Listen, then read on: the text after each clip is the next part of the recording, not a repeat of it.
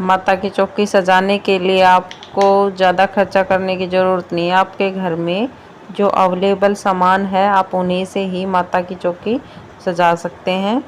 इसमें कुछ ज़्यादा खर्चा करने की ज़रूरत नहीं है। जैसे कि मैंने किया है, मैंने एक चौकी रखी थी मेरे घर पे, वो ली है, और एक रेड कपड़ा रखा हुआ था, वो मैंने आसन के तौर पे यहाँ चौकी के ऊपर बिछा दिया है।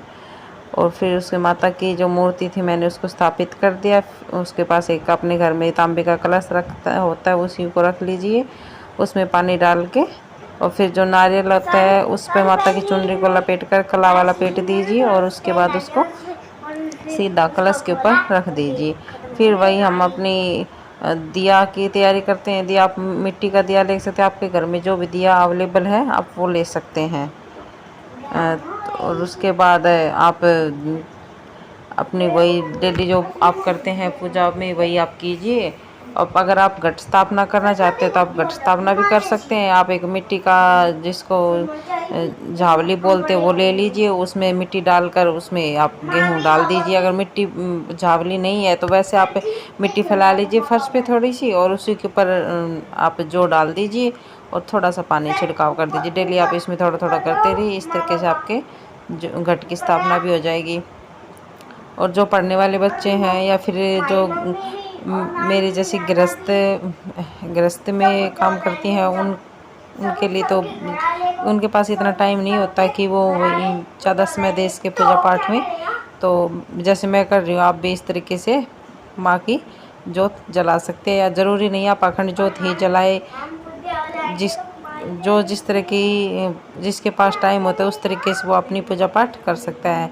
मैं अपने अकॉर्डिंग अपनी पूजा पाठ कर रही हूँ, तो मेरे हिसाब से ये विद्यार्थियों के लिए या फिर जो बाहर काम करती हैं महिलाएं, उनके लिए बेस्ट है ये। आप इस तरीके से अपने घर में कर सकते हैं। और माता के 9 दिन की आप आराम से एक पूजा कीजिएगा और श्रद्धा के साथ। माता ना तो ये कहती है कि आप मेरे ऊपर इतना खर्चा कीजिए, माता तो सिर्फ श्रद्धा और भावना की भूखी है जो आप उन्हें दिखाएंगे। और स्टूडेंट्स को या फिर सभी को नवरात्रि में माता का दिया ज़रूर जलाना चाहिए।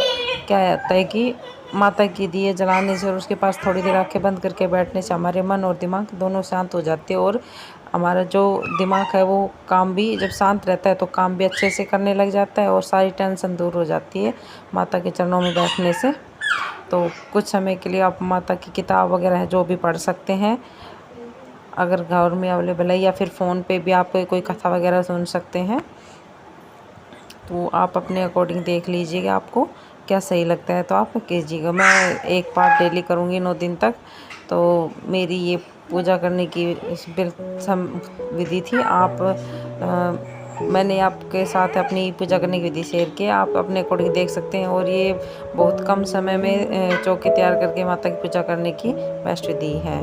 तो थैंक यू, धन्यवाद, और फिर मिलते हैं कल नेक्स्ट वीडियो के साथ।